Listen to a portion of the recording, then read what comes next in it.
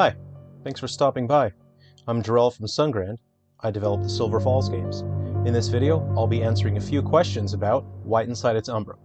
This is a survival horror game that will be launching exclusively on the Nintendo Wii U eShop February 16th. It will launch at $25.99 USD, and it will also be available in Canada and Mexico as well. So, some of the questions that people have been asking is what kind of game Inside Its Umbra will be.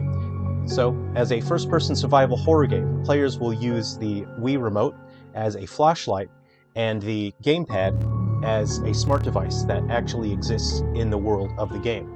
The game treats the player as if the player actually exists in the world of the game, and using the Wii remote and the gamepad, there's a level of immersion that's totally unique to the Wii U. There's a number of applications on the gamepad that you will use in order to navigate the open world environment, and some applications actually even help you deal with enemies in the game.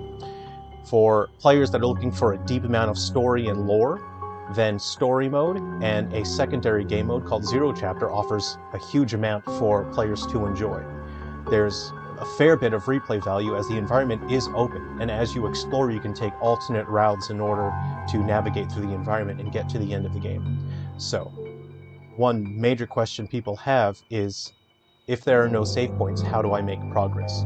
So the design of the Story Mode in Inside Its Umbra is designed tightly as a very tightly structured survival horror challenge, and that is every decision you make can either put you in an advantageous state, or you could really mess things up for yourself, and you're going to make your adventure through the mountain that much more difficult. In that sense, it makes all of your decisions count. You can't really just play recklessly and think, oh, maybe I'll just get to a save point, or if I mess something up, I'll just go back to a different save point. To make this more interesting, there are multiple paths and routes you can take through the mountain to offer new challenges, and there are multiple difficulties for story mode as well. If you don't play well, and if you're unfamiliar with the environments, if you're unfamiliar with the challenges, and if you don't manage your resources well, then you'll find that you can struggle to get through to the end of the story mode, and you may even just be crawling to the finish line, and it might just be barely getting there, and you're scraped by the skin of your teeth. Where if you manage your resources well, if you handle threats well, and if you're familiar with the game, you can get through it, and you can feel a sense of accomplishment and mastery when you've played the game a couple times. Maybe you haven't gotten through each time, but maybe you've played a certain amount of story mode to where you build up proficiency, and you found that you're actually getting better and better at the game, and you can breeze through the early sections, and then you'll find once you get later in the story mode that the challenge really ramps up a bit. For players that become proficient at story mode, there is a harder difficulty, which adds more melee weapons for you to use, and the enemies become more challenging. And this is a mode, again, that's designed to be played through in one shot, as there are no save points, but it's designed so that you could play it multiple times and still enjoy it and still find new things, as the environment is quite huge. To enjoy more lore and story, if you enjoy the characters and lore of Silver Falls, there is a Zero Chapter, which allows you to experience a portion of the story that takes place before story mode. It takes place during the day. You can use the balance board to navigate that environment, and it lets you become familiar with the environment. Things are easier to see during the daytime, so you can become more familiar with your surroundings. During story mode, the game takes place entirely at night, and it's quite difficult to navigate the mountains at night. Outside of story mode, there is an arcade-style light gun shooter, which is up to 5 players. That means 4 people get to use Wiimotes. I've got one here, and I've got a second one here. You could use 2 Wiimotes if you want, and you can control 2 characters by yourself if you'd like.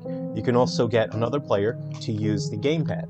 And the gamepad player in this arcade shooter mode, the gamepad player can use the touchscreen to reload weapons for the other players. So each player can equip up to 3 weapons, and any weapon they don't have equipped, the gamepad player can reload those weapons, and the gamepad player can also use items to help support the other teammates during battle.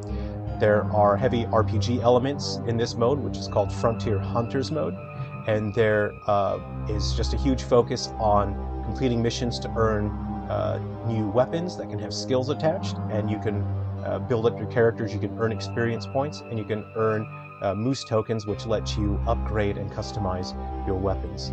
Your characters all have their own unique set of skills, which are activated by using special items called skill spokes. So you don't just earn skill points and unlock your skills. There's a fun bit of puzzle solving in order to activate your skills. I'll create a video and share more of that later on as well. So, how long does story mode take, or how long does the game last overall? So I created White Inside Its Umbra knowing that this is probably going to be the final Wii U title, so I wanted it to really last and really give something people can enjoy for a very long time. Frontier Hunters mode can last hours and hours and hours. Some people have sent me screenshots of their save file for 3 Down Stars on the 3DS, and some people have clocked hundreds and hundreds of hours on that, and they've told me that they're still enjoying finding new items and weapons and skills, and still enjoying Frontier Fighters in 3 Down Stars. In a similar style, I've designed Frontier Hunters in White Inside Its Umbra to offer that same kind of appeal. So you could be playing the game hundreds of hours and still be unlocking new things, enjoying new characters, and creating new strategies and new ways to complete missions.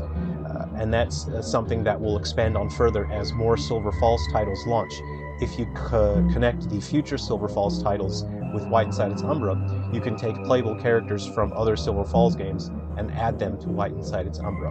In terms of story mode, if it's your first playthrough, you might not be able to complete story mode on your first playthrough, as you'll be stumbling through the darkness in the mountains. You will be making mistakes managing your resources if it's your first time playing, and you might end up wasting quite a few resources. And until you really figure out how to deal with the threats in the game, you might end up having a very tough time getting through. So you might actually play through story mode a couple times, and you might not even get to the end on your first go, but each time you play, you're developing the skills. What's challenging about dealing with the threats in story mode is that you don't just point a gun and shoot at the enemies. You are often using applications on your gamepad as well to help you deal with enemies. And there are some fun surprises that I hope we don't spoil for anyone. If you are very experienced with getting through story mode, you become quite proficient with handling all of your applications and your weapons. You know, probably an hour and a half. If you're very fast, you could speedrun it. But again, I'd like to see how people develop their proficiency and speedrun the game and see how quickly they can get through everything. But if it's your first time, and if you're really you're really determined to get through and not give up, a couple hours, a few hours will probably get you through to the end of story mode if you can make your way through. Some people just may get lucky, and they may find a very efficient route through the forest, and they may happen to just avoid some enemies just based on the route that they take, as it's quite a large and open environment, and some people may miss useful sets of items sitting around, such as health items and ammunition, so people might miss those, which will make the game a bit more difficult for them. But I've packed as much as I could, and I really focused on providing a quality experience with no fluff. There's no filler. It's just something that you can enjoy, and you can play through it multiple times and really enjoy it. I really hope people enjoy these modes that I've made for White Inside Its Umbra. So, something that people have asked me is, what Silver Falls game should I play first? I often get messages from people that have just found out about the Silver Falls series, and I suppose I could make a few recommendations. The first game that launched in the Silver Falls series is 3 Down Stars for the Nintendo 3DS. I was able to launch a final major update in North America only. That is version 1.69. In Europe, it's a slightly older version which has some glitches. So this game has an immense amount of lore and story to enjoy. There are many characters to play as. The latest update in North America brings the total of playable characters to 18 in that Frontier Fighters mode, which again is combat-based with heavy emphasis on earning loot and RPG elements in terms of skills and weapon enhancement and character growth. In terms of the story, you're going to play through 3 characters. They wake up in their town, which is frozen in time. Everyone's stuck in place, and these 3 are the only people who are able to move through town. So they set out to try and figure out what's going on. 3 Down Stars is a great entry point for the series, but it might be a bit dense for people that are not that familiar with the survival horror genre. In that case, I might recommend another game, which is Ghoul Busters. This has launched in North America on all 3DS models and is an excellent entry point, as it draws inspiration from the nostalgia of 90s platformers. The game has very tight controls and very tightly designed levels that give people a real platforming challenge, but there are checkpoints which are not too far apart, and it allows you to retry difficult segments and platforming areas again and again. You can even get creative in the way that you complete levels. When you collect bottle caps in Ghoul Busters, you can purchase a heap of items. For example, you can purchase balloons, and if you use a balloon, you can jump on the balloons, and that lets you build your own platforms to deal with certain level challenges. Ghoul Busters is very heavy on atmosphere, and it's really got a great vibe to it. That's a great entry point for the series as well. And lastly, I might recommend Galaxy Bound Curse. This is a Game Boy Color ROM, which I developed and launched in 2020. It's still in public beta, so people can submit bug reports, they can submit feature requests, and I do respond to those. I have updated Galaxy Bound Curse a few times, but basically this is your action-adventure, which allows you to recruit characters from all over Silver Falls, and it lets you explore the town in a way that you really can't find in any other Silver Falls title. It's has very dense atmosphere and lore, and people have told me that they really enjoy just exploring the town and spending time in the town and learning more about the characters and the events that have happened in Galaxy Bound Curse, which takes place in the late 90s. So that may be a great entry point. The ROM is available for free from the Silver Falls game website, so you can grab the ROM and you can play that however you like. People also ask what order they should play the Silver Falls games in, and this is one of my favorite questions to answer. You can play the games in any order that you like.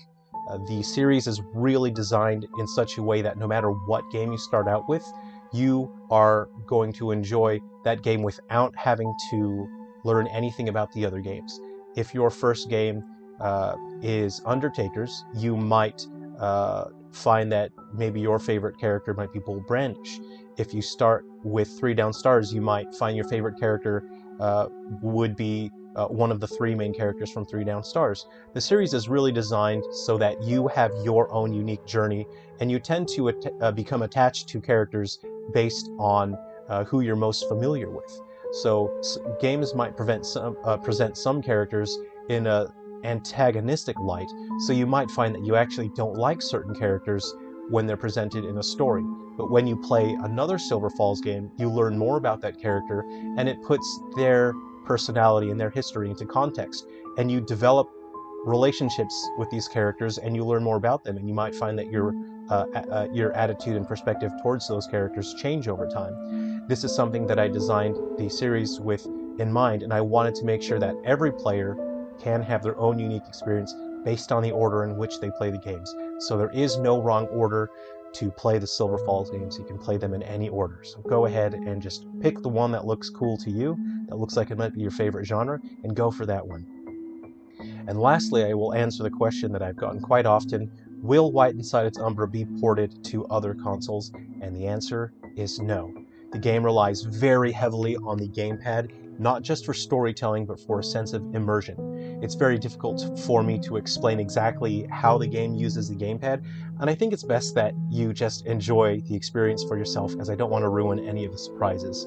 I really wanted to use the gamepad to its maximum potential, and I wanted to see if I could take immersion in a game to an interesting dynamic that just couldn't be possible on any other console.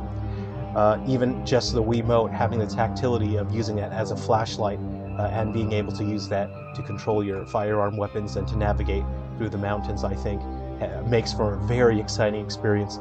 There's so many surprises in store for you in White Inside Its Umbra, so I really hope that you enjoy that. Again, it will be launching February 16th, and that will be the same day that Silver Falls Undertakers also launches on the Nintendo Wii U eShop, and that is also the day that Ghoul Busters launches on the Nintendo Switch. We weren't able to bring Ghoul Busters to Europe on the 3DS, so I was able to fast-track this title and bring that to Europe, as I got a significant amount of requests from people in Europe that really wanted to play Ghoul Busters.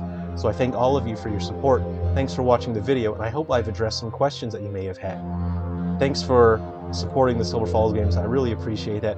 As a solo developer, I can only work my very hardest to try and get these games to you, and I have many more exciting things in store for you. Thanks for stopping by. Thank you for supporting my games, and I really hope that you enjoy these upcoming titles. Thanks everyone, take care of yourselves, and I guess we'll see you on launch day.